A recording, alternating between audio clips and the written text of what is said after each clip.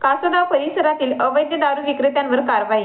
नुरुद्दीन मुल्लाजी येथील police station हद्दीतील ब्राह्मणे तालुका एरोंडल ताडे रस्त्यालगत असलेल्या चाऱ्याच्या कुट्टीच्या पत्री शेडाच्या आडोशाला देशी विदेशी दारूची अवैधरित्या चोरटी विक्री होत असल्याची गुप्त माहिती मिळाल्यावर जिल्हा पोलीस अधीक्षक डॉक्टर महेश्वर रेड्डी यांनी राबवलेल्या ऑपरेशन ऑल आउट स्कीम मोहिमेअंतर्गत सध्या संपूर्ण जिल्हाभर वेगवेगळ्या ठिकाणी अवैध देशी दारू व सट्टा पत्ता यांच्यावर धाडी टाकत कारवाईचा बडगा उचलला आहे।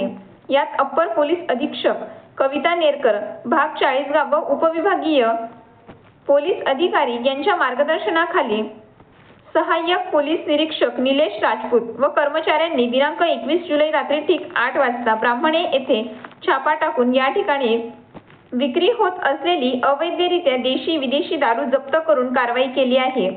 एरोंडल तालुक्यातील ब्राह्मणे येथे कासोदा पोलिसांकडून धाड टाकली असता या धाडीत किरण भारत पाटील वय 39 राहणार ब्राह्मणे सदर व्यक्ती हा अवैधरित्या विना परवाना देशी विदेशी दारू विक्री करताना व स्वतःच्या कब्जात बाळगत असलेले आढळले। त्यांच्याकडून विविध कंपन्यांचे देशी विदेशी असा एकूण 38,175 रुपये किमतीचा माल पंचासमक्ष जप्त करून कासोदा पोलिसात महाराष्ट्र दारूबंदी कायदा कलम 65 नुसार गुन्हा दाखल करण्यात आला आहे।